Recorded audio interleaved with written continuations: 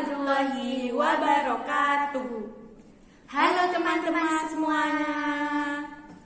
Apa kabar nih hari ini? Pasti kalian dalam keadaan yang baik kan? Semoga dalam keadaan baik semua ya. Amin. Jangan lupa jaga kesehatannya. Karena apa? Karena sekarang sudah memasuki musim hujan. Nah, kalian harus tetap ikuti kami ya dalam podcast kebijakan dan penyelenggaraan PAUD di Indonesia. Oke?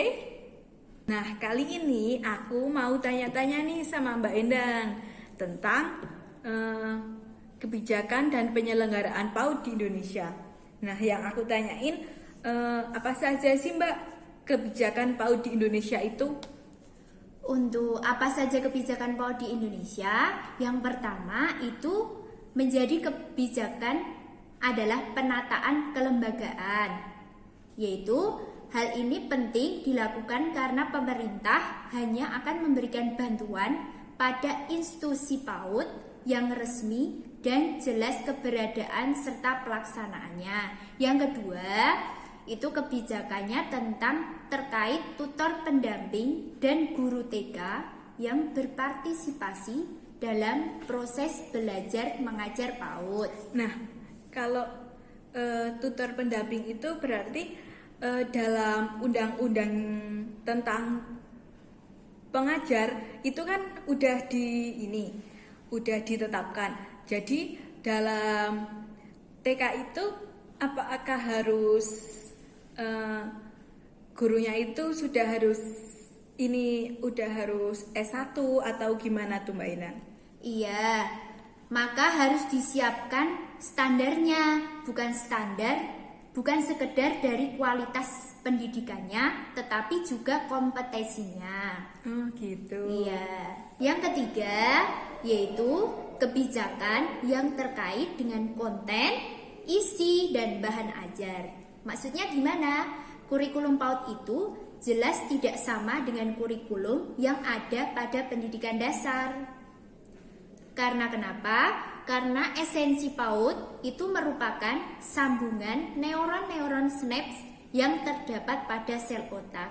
Begitu. Oh gitu. Ya. Jadi itu ya, kegiatan dalam PAUD itu diisi dengan kegiatan yang merangsang reaksi fisik dan pengenalan lingkungan ya Mbak? Iya betul sekali. Karena kenapa? Karena ketika kurikulum PAUD itu tidak sesuai, maka harus ditata ulang. Sebab PAUD itu bukan untuk memperkuat basic kognitif, tetapi lebih kepada menyiapkan sel-sel neuron dengan berbagai pergerakan fisik. Misalnya kita diajarkan tentang ketuhanan, dikenalkan juga dengan interaksi sosial dan lain sebagainya, begitu. Bangun suasana belajar yang menyenangkan, tetapi semua harus sesuai porsi dan keadaannya. Jadi jika tidak nanti bisa stres. Nah, kali ini aku mau tanya lagi nih sama Mbak Endang.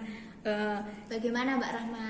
Ini landasan penyelenggaraan pendidikan anak usia dini itu bagaimana sih? Menurut peletakan dasar atau pondasi awal bagi pertumbuhan dan perkembangan selanjutnya itu dibutuhkan situasi dan kondisi yang kondusif pada saat pemberian stimulasi dan upaya-upaya pendidikan yang sesuai dengan kebutuhan anak yang berbeda satu dengan yang lainnya. Sebagaimana yang pertama apa nih Mbak Endang? yang pertama itu ontologis. Nah, ontologis itu apa sih?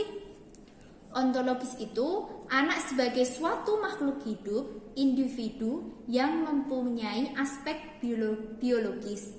Adanya perkembangan fisik yang selalu berubah dari waktu ke waktu, yang membutuhkan makanan, gizi, dan lainnya. Begitu. Nah, ada lagi nggak sih Mbak? Masih ada lagi. Yang kedua, psikologis. Psikologis itu adanya perasaan-perasaan tertentu yang terbentuk karena situasi seperti senang, sedih, marah, kecewa, dihargai, dan sebagainya. Yang ketiga, sosiologis. Kalau sosiologis itu anak membutuhkan teman untuk bermain. Yang keempat, antropologis. Antropologis itu anak hidup dalam suasana budaya dari mana ia berasal. Yang kelima, epistemologis, yaitu pembelajaran anak usia dini haruslah menggunakan konsep belajar sambil bermain.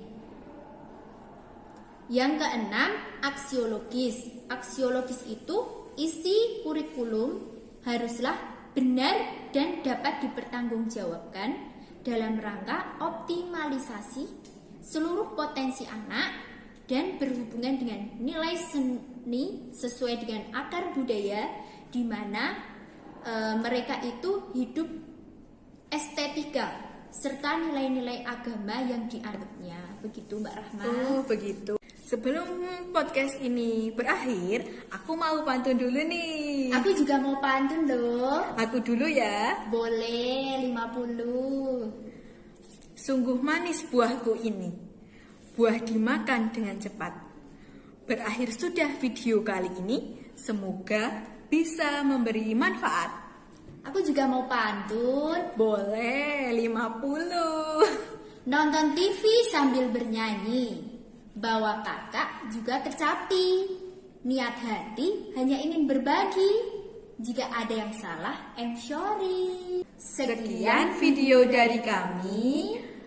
Kami ucapkan wabillahi taufiq wal hidayah. Wassalamualaikum.